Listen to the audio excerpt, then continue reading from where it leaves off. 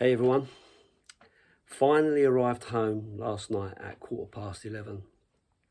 If it hadn't have been for the time that I spent with the guys from South Dorset Spurs, the camaraderie, the fun and the laughter, yesterday could have been a whole lot worse than it actually was.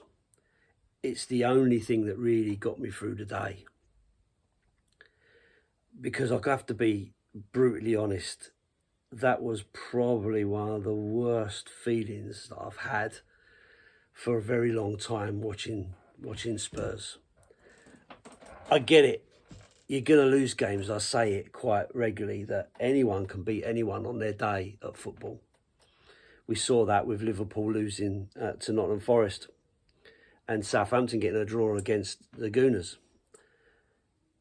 And I didn't expect yesterday to be an easy game, not by any stretch of the imagination. But it's more about the manner of the loss than the actual loss itself. Absolutely gutting, absolutely gutting. I am always trying to be positive and trying to be honest, and not over the top. I couldn't have done a video last night. I was far too annoyed at it. And the guys on the bus with me were raging for most of the time. But a 3.5 hour journey home with lots of banging music and singing really kind of took my mind off it. And I got to go to bed at a reasonable time and be able to get up for work the next day, which is good. So, it's not all doom and gloom, apart from actually the football. So, trying to be honest, trying to be level-headed. I just cannot accept that level of performance. I just thought it was diabolical. From the beginning of the game, I have to say, I thought we started fairly well. I thought Bentancur looked really up for it after his poor display against Man United. Looked right up for it. Looked like he was all over it. He got a couple of really good challenges in quite early on, which led to us getting some opportunities for Son, who, again, looked like he was getting more into it. I said to the guy sat next to me that seeing him actually get an opportunity to have a shot is a step forward, because previously it's just been, bouncing off him and he's getting absolutely nowhere. So I thought maybe this is going to be a little bit more our day. Maybe we're going to bounce back against a difficult team in Newcastle. And then, of course, it all went to shit. The defence was in no man's land, nowhere.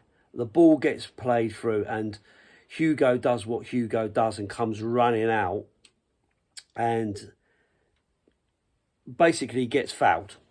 Okay. The reality is, what's he doing there in the first place? Why has that been allowed to happen? The second thing for that is, Hugo, if you're going to come out like that, you've got to take the man, the ball, everything. You've got to get right into it. Because you run the risk. I mean, it's a risky procedure anyway, because if he did take the man, he could have got done for foul, could have got sent off for that.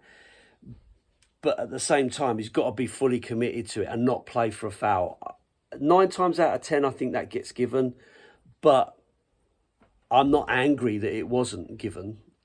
To be fair, I thought, the referee sees what the referee sees. He's run out, he's ran into the player rather than the player running into Hugo. He's blocked him off, but he can't really go anywhere because he's going for the ball. So, it happens like that. And I just think it was a calamity. It was an absolute calamity. And then when you see Eric Dyer, who had probably the worst game he's had for a fair while, because I think, he deserves some credit that he was improving, but he just went back to just being all over the place yesterday, all over the place. I mean, his back pass that nearly went in as an own goal was, absolutely shocking. I was aghast. Should I say like that? I was aghast at that. I thought, what the actual are you doing there? And why are you doing that? And it stems from this idea of playing out from the back when our players clearly cannot play out from the back.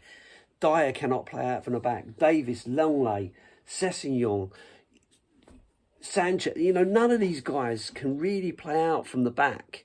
And then when they play it back to Hugo, who cannot kick for toffee, we've been saying it for the 10 years he's been there, great shot stopper, but he cannot kick. He cannot kick a pass to a Tottenham player. So then why am I not then shocked at the second goal, leading from Hugo, playing out from the back, chipping it over to a man who's got two players on him? He loses the ball and he runs past Langley like he's not even there and puts it underneath Hugo. 2 goals down, that's it, game over. And from that point on, we were all over the place. The heads dropped. There was no cohesion, no play. It was just diabolical. The performance was shocking to that extent. And I'm just looking at it thinking, where do we go from here? What the hell is going on? How can you fall away so badly? Now, I accept Richarlison is not playing, Højbjerg's not playing, Romero's not playing, and I don't know why. Are they injured? Richarlison, I understand, but are the other two injured who have been in the team? And I guess we need rotation and so on, and we've been calling out for 3-5-2, and we've got Basuma in midfield, who I didn't think had a disastrous game, but clearly didn't really set the world alight, to be fair. And I think our brightest player over the course of the game ended up being Lucas Moura, who came on, late on and did actually start, driving us forward and getting us there. But overall, a absolutely poor performance. When you're trying to kick long to Son and Son can't head a ball, never heads a ball, that says it's a problem to me. Great to see Harry on the score sheet again, trying to drag us into the game, but it was going nowhere. Sonny gets an assist from the corner, I guess. Well, no, I suppose it come off the other player into the flick on. So, yeah, maybe not, but it's just an appalling performance across the board. Kane, apart from the goal, really didn't really get into the game. Sonny was poor again. I don't think anyone can come out of that game with any real faith or holding their head up. And Hugo storming off the pitch at the end without kind of coming round, probably because he was going to get some flack, I guess, made sense. It just shows that the lack of belief that's in the team at the moment, and it's absolutely shocking, because this is not the team that was playing at the end of the season last season. We were playing free, scoring freely, and so on. And then when you add in the transfer window, which at the time, if you go back and look at my videos, I thought was good. We wanted somebody who could play for Kane, or play at the front, right? So we get Richarlison in, who I still thought was a good purchase. We needed a left back because we didn't feel that Sessegnon was going to be good enough. Reguilon was obviously moving on, so we get in an experienced player in Perisic. We wanted options in the middle, so then we bring in Basuma, and we wanted a right back, and that was the one thing that I was crying out for, and I still wasn't sure about, because obviously the detail of Spence coming in and not really being a Conte player was my only real disappointment. So I felt that we'd strengthened. I thought we brought players in, we've strengthened, we've had a good window, and clearly that's not working. Basuma's not really being played. He's only coming now because of the injury to Kulusevski. Perisic really he's got some great crossing, but he doesn't seem to be consistent enough. And in Richarlison, who's now injured, who kind of showed some promise initially, but really hasn't hit the ground running, not like you would want him to. And so you have to say, when you look across the road at what Arsenal are doing, and you think to yourself, and I hate to call them out, but I think you have to be honest. They're doing well. They've met up against some teams that they've needed to. They're doing all right. They're scrapping their results. They're still unbeaten. And their players that have come in have hit the ground running. Jesus looks to be on fire at the moment. So really disappointing that we haven't been able to get those players into the team and into the system and get it playing really well. I still don't think we need to move on from Conte. I really do worry that if we lost Conte, I don't know where we go from there. And all those talking about Pochettino coming back, I think that's just the old romantic in us. I really don't feel that going backwards is a good option. I'd love to see him actually start winning some trophies and really improving his pedigree, because there's not many people running around trying to take him at the moment. So I think Conte is our best option for silverware. And given that we were playing fairly well towards the end of the season, I think we can get back to that. But it's got to happen quickly. And I do think we need more windows. I get that. But you can't have a team that was doing okay go to this level of performance and not call it out. And I think we need to call it out. We have to, and question what's Conte's plan. What are we trying to do? The inviting on of pressure for players who cannot play out from the back and cannot pass 2 yards to each other. Needs to think about those tactics, because that is just not working. And this might upset Newcastle fans, and I don't mean it to. Newcastle are not at the top level at the moment.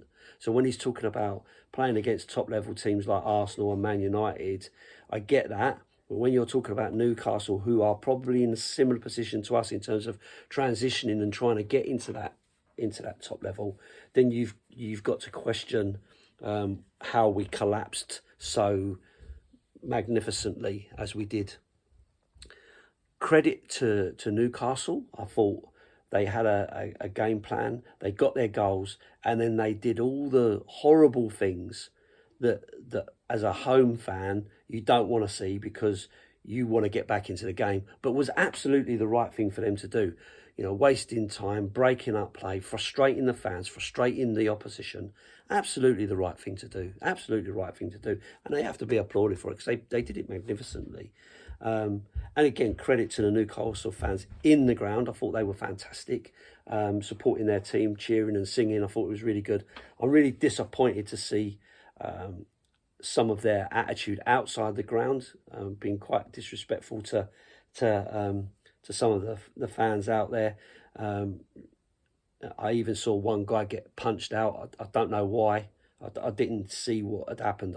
Didn't hear what had happened, but I did see someone get flattened, which was really disappointing to see, especially when they won the game and there was no threat from the Tottenham fans walking out, who quite happily walking side by side and not causing any kind of issue. So that's a little bit disappointing. But on the whole, I thought the Newcastle fans supported their team brilliantly. And the Newcastle team did exactly what they should have done to take away the 3 points. So, it is disappointing. I'm upset over it still, but some real strong self-criticism needs to be done in the Tottenham dressing room over the next sort of few days before we move on to the game in midweek. I won't be at that game, but I am on my way to Marseille. I will be in Marseille, taking my life in my hands, so I understand. But it'd be good to get out there. Thanks to some guys I met at Fleet Services from South Coast Spurs for hooking me up for a couple of tickets. Fair play to you. I really appreciate that. Swift work, guys, and I'll buy you a pint when I see you. Yeah, so That's it. Disappointed. Everyone's disappointed. Can't really do an awful lot of analysis out of the game. Just thought it was awful, but some strong words need to be taken. Mr. Conte needs to up his game if he's going to maintain the support from the supporters. Because there was some really loud booing at half-time and also at the final whistle, which is really disappointing. I personally don't like to see or hear booing. But people are allowed to be frustrated and annoyed, I guess. And some people will have their own reasons for booing, whether that's booing because of the performance or booing because of the result or booing because of the way Newcastle frustrated us towards the end. But there you go. Anyway, I'm going to leave it there because I don't think there's an awful lot to say. Keep the faith.